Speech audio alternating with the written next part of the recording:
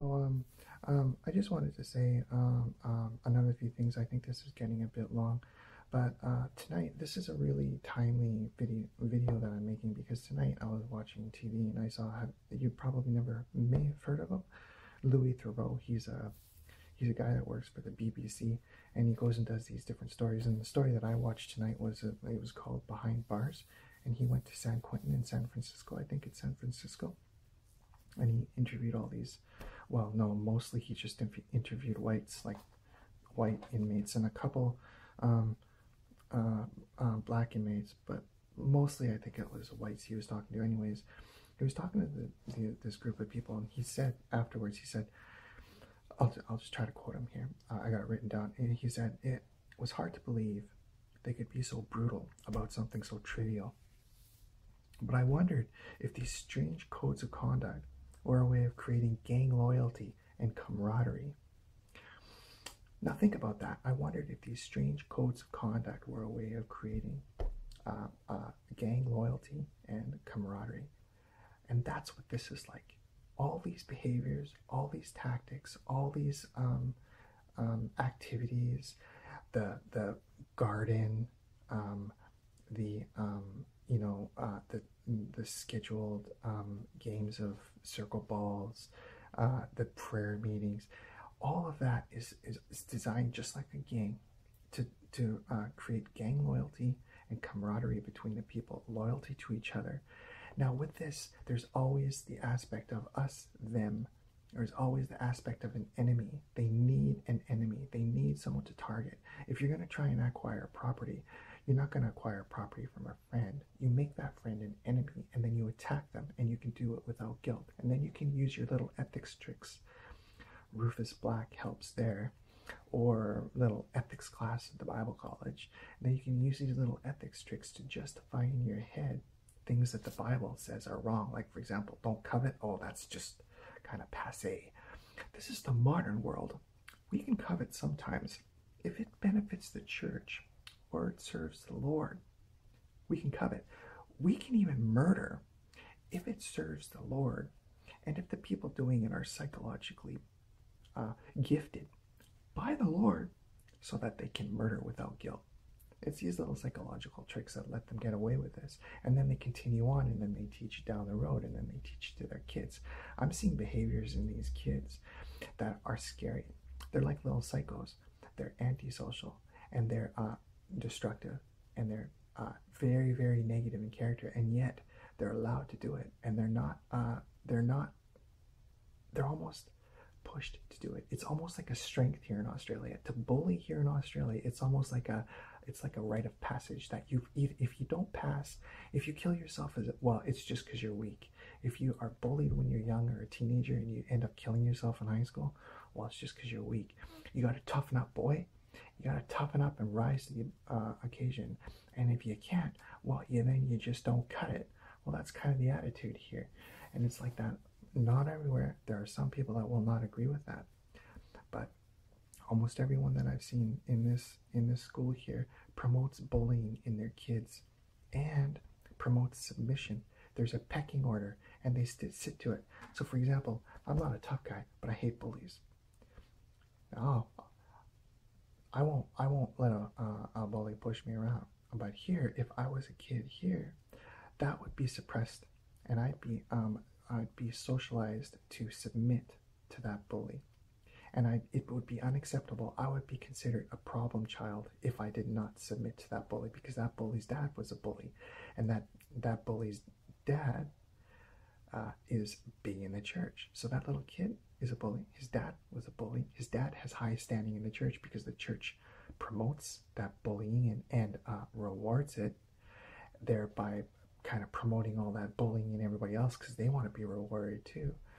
And it goes the very right up to the top, where you've got people at the very top and they're completely corrupt and they care nothing about breaking into someone's home if it provides a service, if it gets a goal accomplished.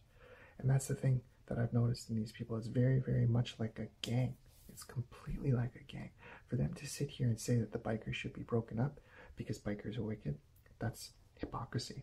I'm sorry, but there's been more crimes committed by these Bible college students or at least the same amount, than bikie gangs. And bikie gangs aren't protected usually by premiers, aren't protected usually by politicians, or aren't protected by laws like the metadata retention laws.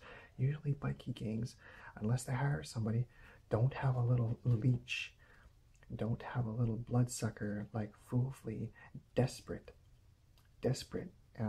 swinging off nuts to get ahead, to look good and to get a job, or to try to prove his worth as a computer programmer by hurting innocent people and breaking into innocent people's computers with no regard for what data he destroys, what hardware he destroys, what firmware he destroys. Just does not care. He'll muck it up. He does not care. So it's very much like a gang. And the fact 2 weeks ago or a week ago I saw them on the news talking about bikie gangs and how they're going to snap down on bikie gangs, that is kind of timely too, because this group of people here is very much like a gang, only they're more dangerous because they're not accountable. These people commit their sins, commit their crimes, commit their break-in entries into computers, into homes, into personal property. Nothing is sacred to these people, and they justify it with their ethics, and they justify it, because they're Christians serving Jesus, and they're just soldiering on for a better Australia and for a better church, and they aren't accountable. So when they break a law and they get caught, there's no accountability. They don't get punished. Nothing happens. It just gets brushed underneath the table, get deflected. The topic is changed. You're the person who comes out and blows the whistle is laughed at, and then they attack the character of that person and make that person look like a fool, so that nobody listens to what that person says. They defame that person. They take away the person's credibility, and then nobody listens to that person because, and they try to manipulate that too. They try to manipulate that person into acting in a way that's aggressive. They create a terrorist. They create an angry person. They push and push and push and push. And then when the person's angry and blows up, they say, what? What are you doing? Don't. And then they call on the police, blah, blah, blah. Don't, if you're watching this, please don't fall for these tricks. I'm sure these people are doing this everywhere. Don't let them get into your head. Don't let them manipulate you and act in a way that's going to hurt you in the long run. You may want to punch them in the head, but if you do that, they're gonna have witnesses, and the result you will be hurt, and they will have hurt you, and they're gonna go to church and laugh about it. They don't care about you. They care about what they want. So that's what they do. And this goes back to, I think Chomsky said it. If you want to stop terrorism, stop being a terrorist. Okay, so I just wanted to give you a little update. Like I was talking about bullying, I was talking about manipulation, I was talking about how these Anglicans push and push and push, and when they don't get their own way, they have a temper tantrum, and then they get violent. Everything always leads to violence with these people. Always. It's a game of violence with them. Everything always leads to violence. A perfect example is I'm making these videos, they don't like it. Foolfully was up, and somebody from this building or the other building, one of their friends who knows where my unit is, ran by and threw a rock at the back window twice. I heard two loud smacks, like smack, smack, and it wasn't on the screen, it was on the glass, because it would have bounced off that was on the screen. So they knew to throw it to the glass and to miss the screen, so they know the building and they know how the windows are. So yeah, that's someone who lives in this unit. Is probably it could very well be anyone here, but it's more than likely someone siding with Foolfully. So it's probably, I'm sure he could have snuck out. He's a pretty sneaky little rat, and it could have also been Stinkbug or Stinkbugs, the kid that's living with him. His girlfriend's kid could have been him too. Could have been anyone here. And the point is that they knew my unit, and they knew to throw it at the glass, and they knew I was up, and they knew when I would see it. They're probably not going to want to do it when I'm sleeping, because it's not going to bother me. So they knew I was up. So they walked by the front and probably heard me talking. Stinkbog does that every night, almost, quite often.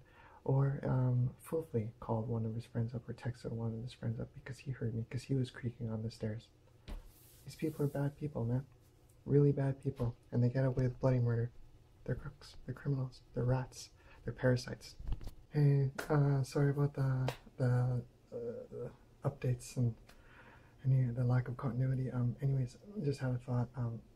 That's why Flea and the Anglicans want to control the computers and want to control the NVR systems and be able to access video so that they can do this kind of stuff, harass and commit crimes, and breaking entries and throwing rocks at people's vehicles and harassing people, and do the stuff that they want to do to get away with, because that's how they get their possessions. That's how they get their properties, by cheap tricks and sometimes violence, and sometimes breaking and entering and committing crimes.